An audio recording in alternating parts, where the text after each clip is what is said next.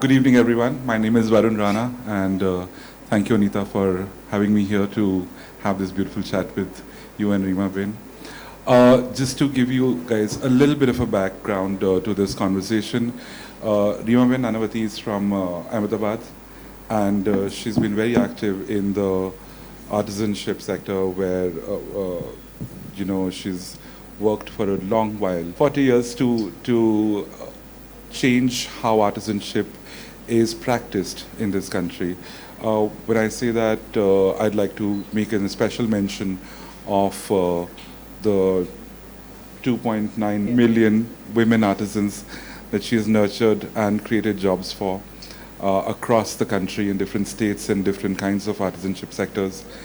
And for me, that's really sort of telling about how artisanship is not something that is inherent to one gender, but as a practice and as a spiritual practice can be sort of elevated by participation. And Anita, of course, started working with Rima Ben almost a decade ago, 8 to 9 years ago. And they've created the most beautiful garments that you'll see around. And we're here to talk about how the craft sector and the arts of traditional sort of embellishment combine and form the basis of this beautiful collection here. So I'm going to start with you, Rima Ben. Can you give us a context to the number of 2.9 million? Can you just sort of tell us what that number means? Because it's a beautiful number to throw around, but there has to be a deeper sort of significance to it. Sure. First of all, thank you so much. And what I'll be sharing will be on behalf of our 2.9 million members as well, who are all in the informal economy of our country. And as I was sharing earlier as well, that, each member who's a woman worker, she has a traditional craft skill. Either she's a bangle maker, or she's a kite maker, or she does grass weaving or basket making, or she is, weaving carpets, or she's just weaving this beautiful ikat weaving, or doing pashmina rearing in Ladakh, or doing the embroidery work that, we are so fortunate to be. So I think across the country, we are such a, skill-rich country. And I think that's what we should be really proud of, that, we have millions and millions of artisans, who have this skill-rich country, and that skill should not go redundant. But how do we turn it into livelihood opportunities? That's what I think we all need to strive hard for. Anita, I want to sort of ask you this. What were when you started working with Rima, what were the sort of challenges that you encountered, and also some things that were maybe unexpectedly not so challenging? Because it's a very, very varied field when you're working with sort of artisans who are sort of traditionally skilled and not formally skilled. So was there anything that stuck out for you all those years ago? Because obviously it's worked. It's carried on for 8-9 years. So I was introduced, Varun, to Seva by actually Yash, my son's very dear friend, Samyak. And I visited the villages. He insisted I come and see the work these artisans are doing. Of course, I went, met Rima Ben, saw the work the artisans were doing, and I was completely bowled over by their craftsmanship. I came back and we created the first set of designs which we sent to them, and we had a problem. So the entire lot came back because when we created the samples in the office, and when you create a design to embroider, you put it on tracing paper, and then the tracing paper gets traced onto the fabric.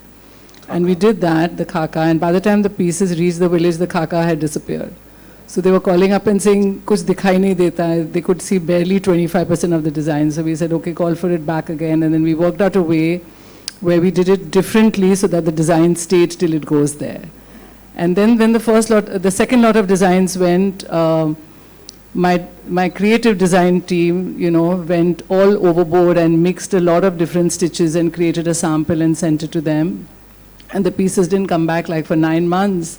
And then I picked up the phone and I spoke to Rima Ben and said, we can't take this long, it's slow fashion, but it can't be this slow.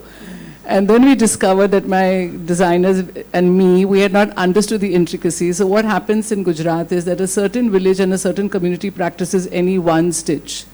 And we had combined like 3 different stitches in that one in that one embroidered garment.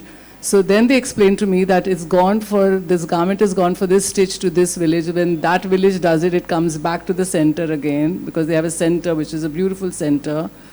And then it goes to the second village, and then, so the whole process takes so many months. So then we again put our whole creative heads together and said, okay, now when we create a design, that one design will have only one stitch, so it goes to one village, it goes to one woman, and then comes back to us. So these are interesting. So what I find challenging is, what I like about creativity is working creatively with those challenges.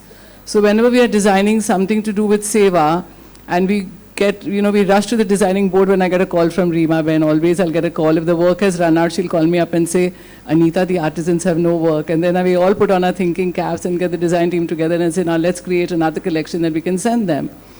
And we try to obviously make it simpler. We try to ensure. And then again, the other thing we were doing is we were using too many colors of threads. So we've had our challenges. We were using so many colors of threads, 12, 15 in a design. And sometimes those threads would not be available. Then we decided we would send the threads from Bombay. So those are the little challenges we had, and it went back and forth. Now, of course, they've understood us, we've understood them, and now it's a smooth working. So when you work with craft, especially craft that goes so far away from Bombay, it goes from us by courier to Ahmedabad. From Ahmedabad, it goes to their center. Sorry, I'm forgetting the name of the center. It goes to Radhanpur.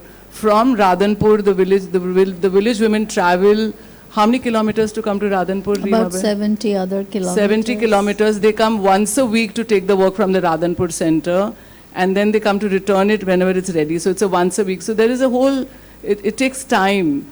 You have to wait very, very patiently, but it's worth it when the pieces come back. It's so worth it. So the fashion is slow not because you are slow, but because the process itself. Yes. Wow. And sending the work to a village where it's so far away. But then that's what's exciting. The excitement is, the purpose of the design is that the woman sitting in her home in a village gets a livelihood.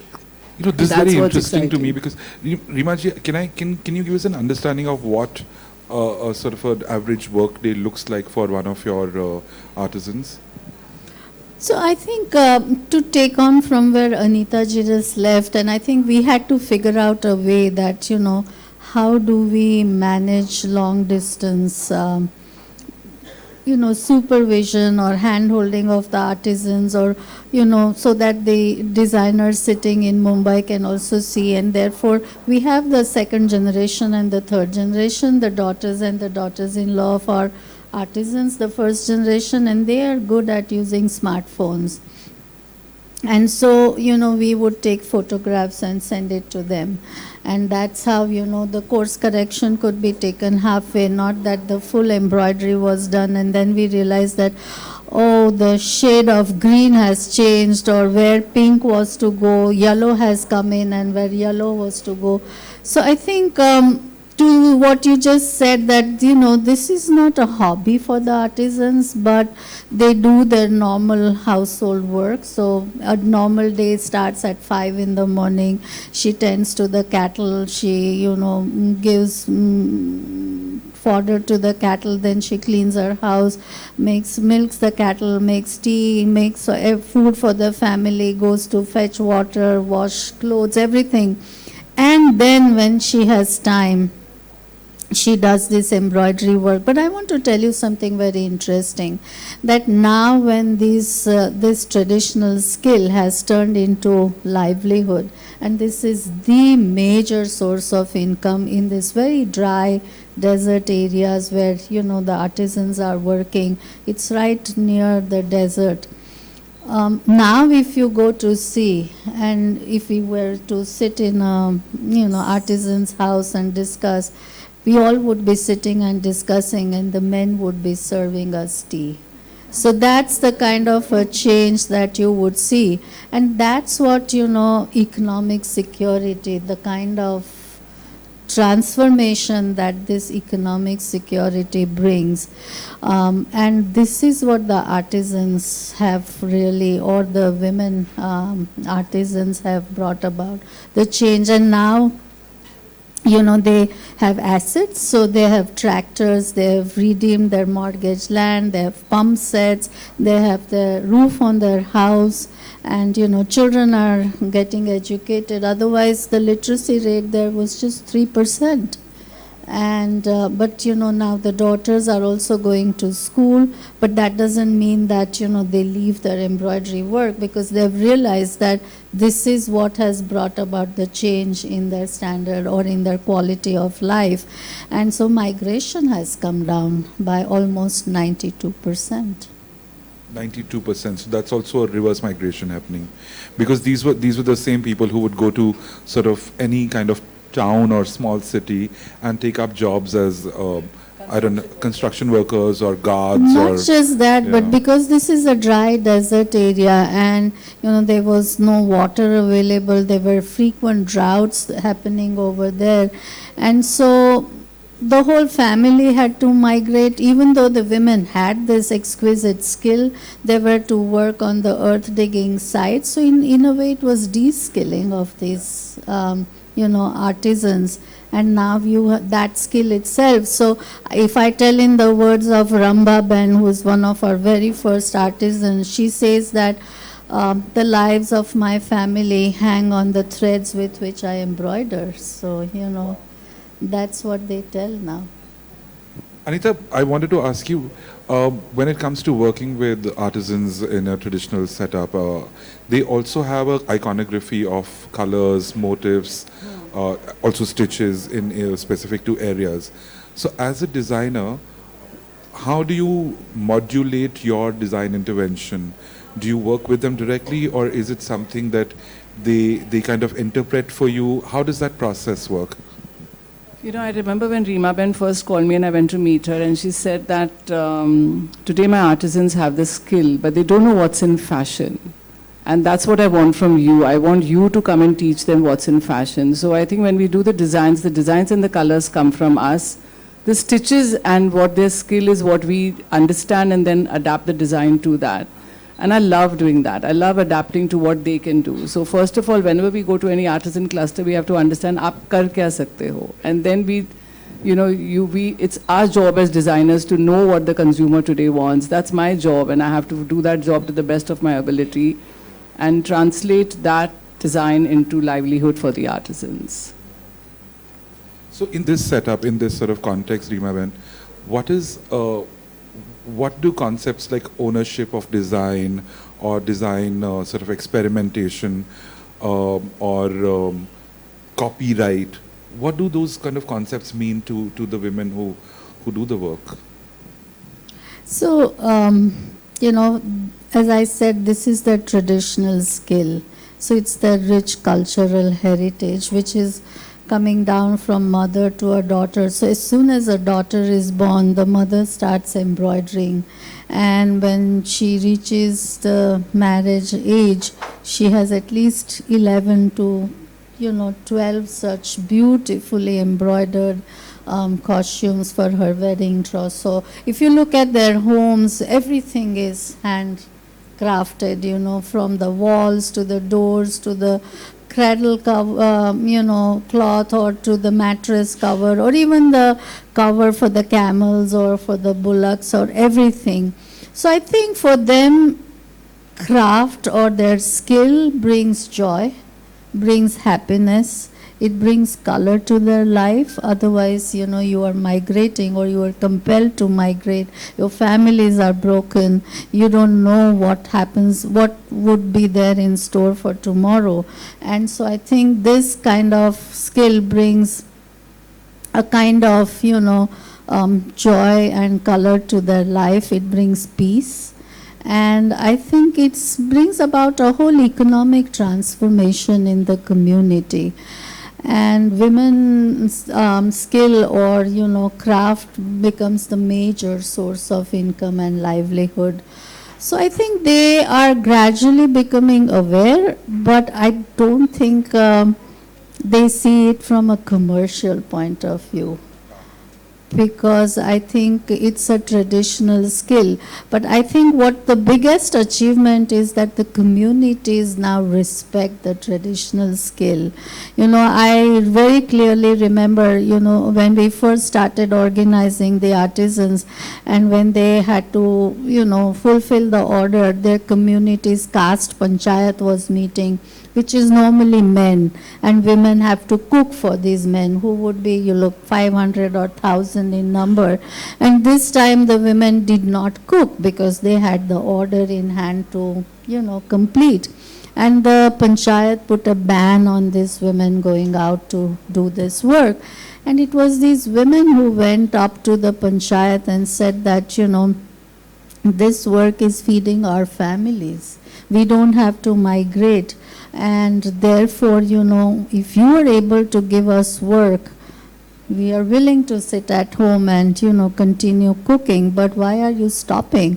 And I think it was after 2 or 3 years that a young artisan was felicitated by the same community. So I think that realizing the value of the skill, that this is not a redundant skill, or this is, but, you know, how this skill is bringing livelihoods. So I think that is what is really very important. And I think now even you see a lot of the daughters of our artisans have become engineers, or they are in government services, they are nurses, but they still continue the embroidery. Because what they are today was because their mother was knowing this skill, and that is why she was able to, you know, go to school and then do higher education. So I think valuing and respecting and giving, and I think the biggest thing is it has brought dignity and self-respect. That is what is big. You cannot put any value or price to that dignity and self-respect that has brought to a woman and to her family. Actually, you know, Varun, they have a huge sense of responsibility. Do you remember, Reema Ben, when I was opening the New York store and I wanted the Seva collection there, and there were floods in Gujarat, and they all got together and managed to send me that consignment on time, and I was calling up Reema Ben and saying, I'm opening the store, I can't shift the date, and I need this collection in the store, what do we do? And they actually rose to the occasion, you know. And they managed, in that flood, they made sure that none of the pieces got damaged. They put it at a higher height, they saved the pieces, worked on them and sent it to me on time. So their sense of responsibility is amazing. We had, in fact, all the group leaders come over to the Bombay office. We explained to them how this crazy business of fashion works. And a couple of the artisans even visited our New York store, you remember, we took them for the launch there. So they understand today, they're really, really smart women. They understand how the business of fashion works, and they rise to the occasion when we need them to. I think there's also a component to how their skill develops with exposure as well. Can you comment a little bit on the sort of the upskilling aspect of their design sensibilities and the sort of the motif terminology and the colors and the materials? I think from where we need to go now, what is my dream is to see maybe a designer emerge from the artisans, Reema Ben. Is to make, I'm sure in all those hundreds of artisans, there might be somebody who has a great design sense, and if we could spot that next designer from one of the Gujarat villages, it would be a great achievement. I think this could also, I mean, for me, this is exactly the next question, like, how are they paying attention to sort of changing tastes and, sort of, do they even notice trends or whatever, like, and then how does that inform how they think about design? Definitely. So even the older mothers or grandmothers, they now realize that, earlier fashion used to change in every 3 months, but now fashion changes every week. And therefore, they have to be updated accordingly. They do realize what is now color combination, or, how do you really be very vigilant on quality, where earlier if you gave them, 2 pieces, one would embroider one and the other would embroider the other, so no 2 pieces would match. And but with exposure and the kind of workshops that Anita ji was talking, they do understand, and they have devised their own quality control system. And so it's not it's in their own way. So they have red tags, yellow tags, and green tags. So the ones which are green are the masterpieces, exquisite quality, and they get full payment for the work they do. The ones with yellow means that need some improvement, and so slightly lower payment, and the ones red are rejects. And so, it creates a kind of a healthy competition that, oh, mine should not go in red next time. Or, oh, why should I earn less though I put in so much of effort because it went into yellow. And that's how, they go on upgrading their quality of work. And I am sure your dream will come true very soon because the younger girls do aspire to become designers. They want to go and have courses at NIFT and NID as well. So that's what we would be figuring out, that how can these institutes, create crash courses. It's not that they don't have the skill. They have the rich skill. It's just that they need to understand the nuances. But my other thing is that therefore these young, and why I say that these young girls would soon become, because they've launched their own rural fashion brand, which is called Harki, because they are all very much tuned into social media. I was going to ask you about that. Are they on social media? Can we follow them? Yeah. And so they watch on Instagram, they watch on Facebook, everything. And they too want to, so they use their contemporary and traditional colors and, motifs and fabric, but they still have, so, and I think therefore what we also have to work is how do you bring markets to those villages as well. And in this sort of very rich culture, which has relied on a very strong, identifiable sort of vocabulary of colors, motifs, etc., have you ever felt restricted, Anita, by any of it? No, I've never felt restricted, Varun. Can you give us some experiences where you were like, yeah, this is what is done, and this is the only way I have to use it, or what was your thinking behind it? But when you work with craft, you have to work with those restrictions, so that... Does that sort of free you up as well creatively? Because you know your boundaries, so you can do what you want. Yeah, I do it within those boundaries, and there's a lot to do with those boundaries. It's nice to have boundaries sometimes. Yeah, absolutely. But I want to say into that, the restriction, Anita Ben may feel that it's not there, but this is their traditional skill. And as I was saying, it brings color to their life. So they always use certain colors to embroider a peacock or a certain color to embroider a parrot. And when you get a piece where you had to use gray and whites and beige to embroider a peacock, after a while when you see there is a tinge of blue in it or a tinge of yellow, and you say that, but why this color? Because, and they said, but whoever is giving this doesn't know that peacocks are not gray and white and black, but peacocks are so colorful, and therefore, you have to really make them understand that, this is not the embroidery for your joy, but this is the embroidery for someone who likes peacocks, which are gray and black and, white. Yeah. How often do you have to have these conversations? I wonder, I really want to know. I think once we gave them the smartphones, everything after that improved tremendously. Because that's the democracy of sort of social media and smartphones, right? Because we may be living very different lives, but what we're consuming, at least in this aspect of life, is pretty much the same. We're looking at the same memes, sharing the same jokes, venting on the same issues, and consuming the same visual content as well. Does that come in? Do you have conversations? Definitely. I think earlier when there were no smartphones, when you get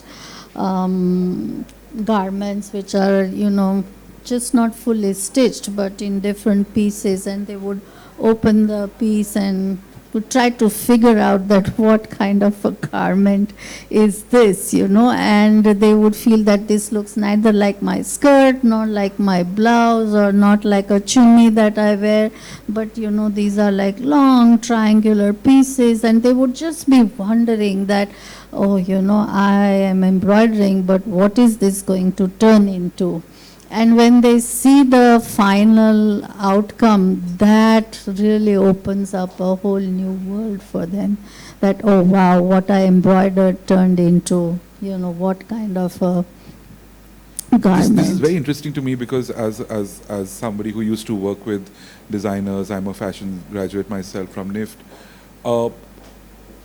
Because certain embroideries and motifs are also developed for certain cuts of the garment and certain parts of the body, because the weights kind of correspond to how the traditional garment will fall or behave around the body.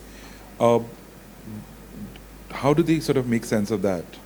That somebody from outside who doesn't have the traditional sort of exposure to the technique as we do, generationally, and they just picked up a motif which could have been on the border of a skirt, and now they put it on the shoulder of a I don't know, a jacket. How does that sort of work with them? So I think when they see that, in a picture that, oh, this tiger is put on the shirt pocket, or, this parrot is embroidered on the sleeve like this going all through, it's a bewilderment for them that, oh, look at this. And they would also not know that, how that garment is worn. But the younger generation is now becoming far more aware and educated because they are always on Instagram and Facebook and on WhatsApp, and therefore they immediately figure out that, oh, the garment looks like this or the garment looks different. Anita, what about base fabrics?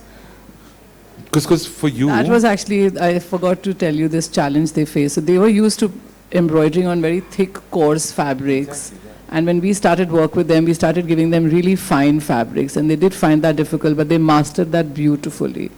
I remember the first few seasons, they were like, this fabric is too fine. Even the tightness of the stitch would not change. No, they mastered that because for me, I could not embroider on a coarse fabric. I don't think coarse fabric as a designer. For me, it has to be soft, fluid, flowy.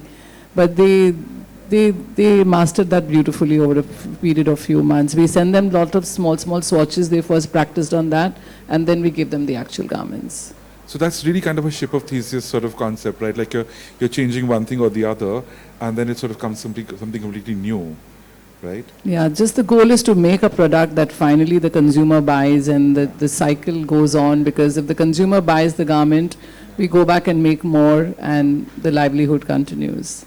And then the real topic is the skill more important than the material outcome of it, So you're preserving the experience of the stitch, you're preserving the experience of the motif, but the base material can evolve. Yeah, that evolves with fashion. It should. Yeah, it should. Yes. It should. Absolutely. I mean, there was a time when silk was not available. So, and they were doing different things then. But we do that even with weavers now that we're working with in Kutch. Yeah. Like they weave on coarse cotton, and replacing coarse cotton with modal and tencel fibers. Yeah. And the same design that they create is just so soft and fluid. Yeah. Because nobody wants to wear a coarse cotton so obviously a modal... Have they had to sort of manage certain things about their looms also to accommodate? No, they've adjusted it to it very well. We introduced the modal manufacturers to them, and it's worked out beautifully. We have a whole collection in modal from the weavers. Wow. Fantastic. So I think that's where design interpretation has to come in to transform. Can you sort of help us wrap up with your experience with Seva and with Reema-ji? Working with these artisans, because they're spread across so many villages, would have never been possible without Seva. What they give us as a design houses, they check the quality, they are the ones who coordinate with all their members. So it really makes our life so much easier. And I think organizations like Seva need a lot more other companies and designers to come in and work with them, because I think partnerships with NGOs is the best way forward. To work with artisans directly is very difficult, but to work with them, it makes our lives really much easier. Rima ji, would you care to comment on this? No, I agree, and I think two things. One is that organizing is the key, and that's what we have done at Seva, that we've organized the artisans, the exposure, and therefore they have become the owners and managers, and so that's where the whole relationship, the partnership has really grown. And they see this as their own, and therefore they love the kind of work that comes. They would love when Anita ji visits their homes, and Anita Ben is their most favorite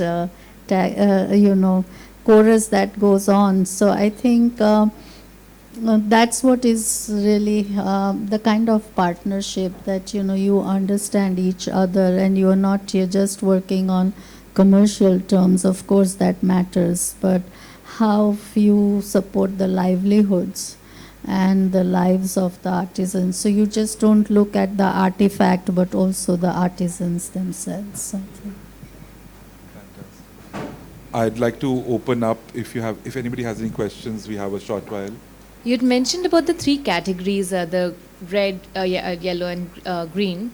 So over the years, how has the red category gone down? Is there a number that you can put to it? Sure, we now have close to 60,000 women who are working, and the red one is maybe 4,000 or 5,000, but the rest are all, because they've understood that the heart and soul I will put in it, that is going to be my livelihood.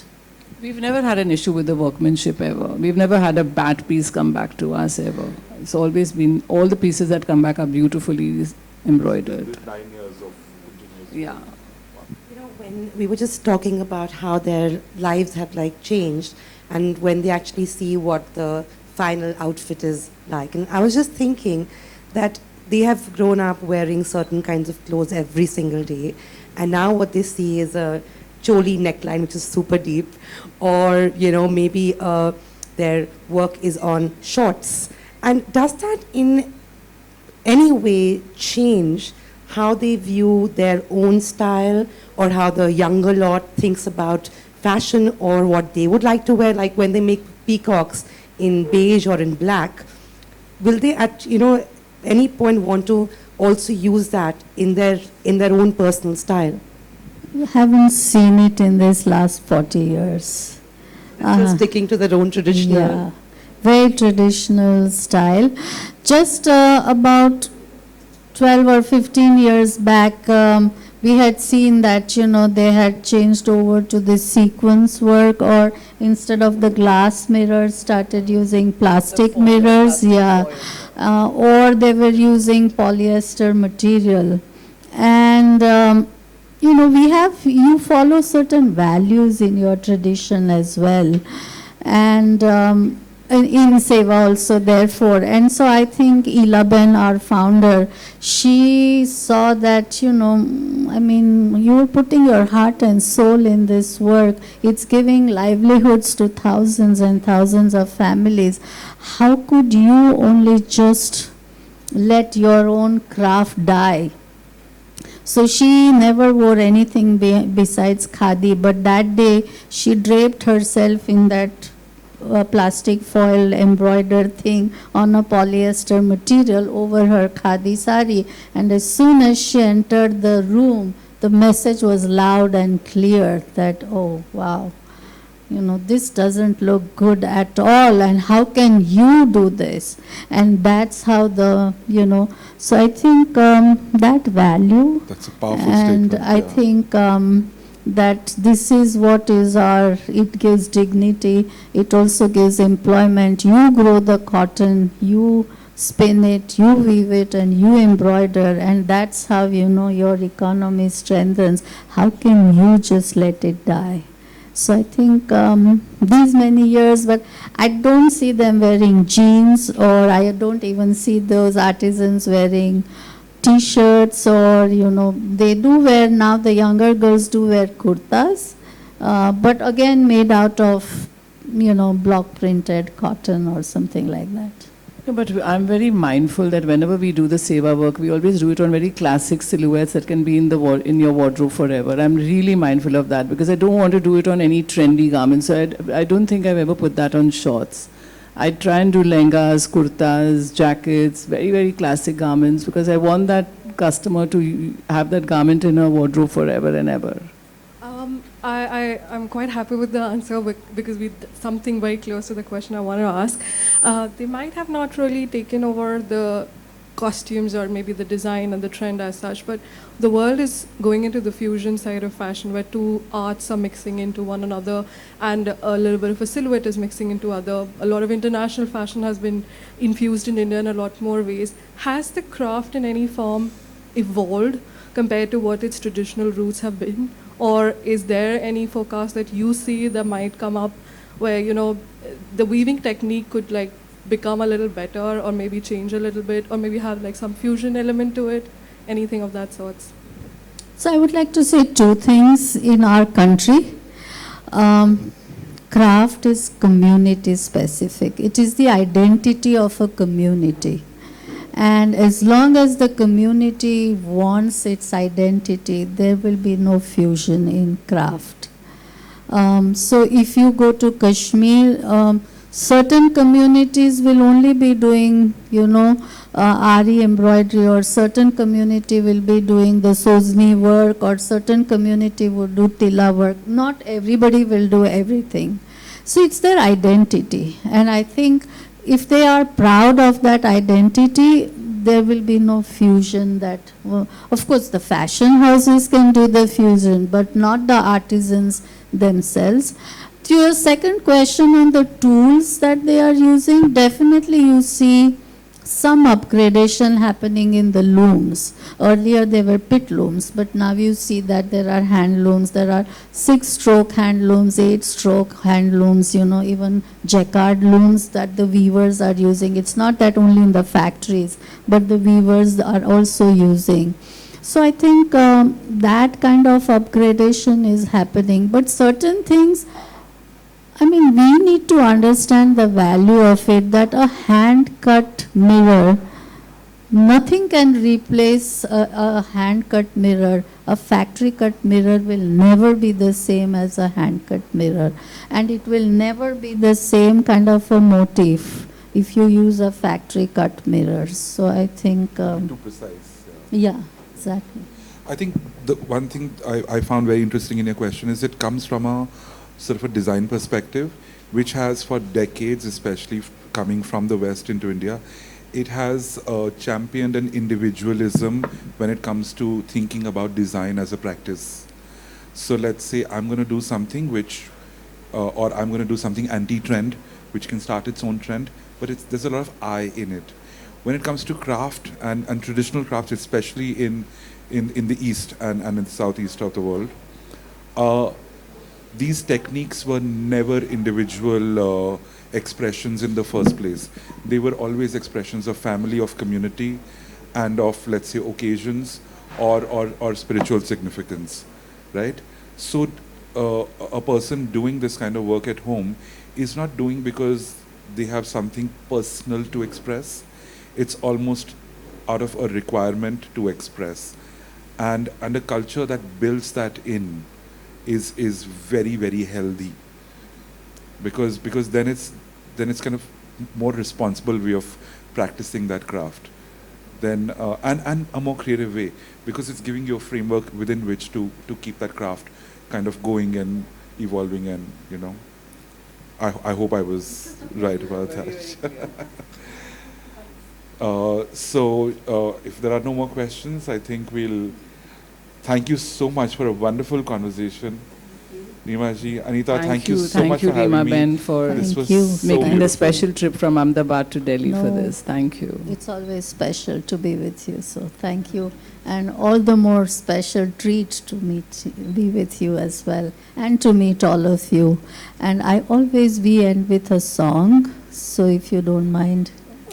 Yeah. Please. At Seva, we always end with a song, but I will sing in Hindi because everybody can join as well. So, हम होंगे कामयाब कामयाब, हम होंगे कामयाब, हम होंगे कामयाब एक दिन। ओ हो मन में है विश्वास, पूरा है विश्वास, हम होंगे कामयाब एक दिन।